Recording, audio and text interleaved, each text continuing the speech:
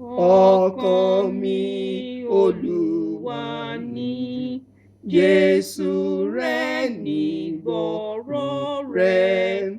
Jésù ń sọ, ó ń bá ọ sọ, pé ẹlẹ́ṣẹ̀ wọ́n fẹ́ mi.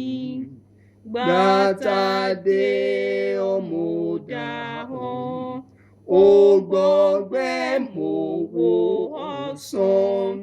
Gbòsàkó mo mú ọ bọ̀, mo sọkún rẹ̀ jí mọ́lẹ̀.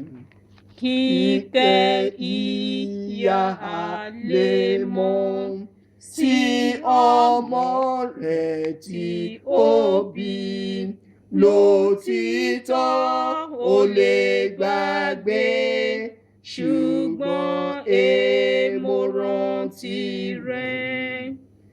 Ìfẹ́ tèmi kì í yẹ̀ láé, ó ga rékọjá ọ̀run, ó sì jìn ju òkun lọ. Ìfẹ́ aláìlẹ́gbẹ́ ni.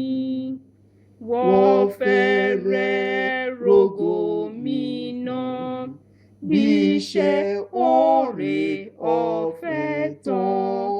Wọ́n ó bá mi gùn wá pọ̀, wí ẹlẹ́ṣẹ̀ wọ́n fẹ́ mi.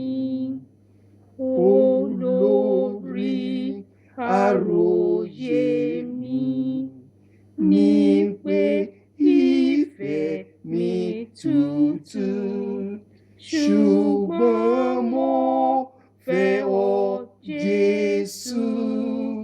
À ń bá lè fẹ́ ọ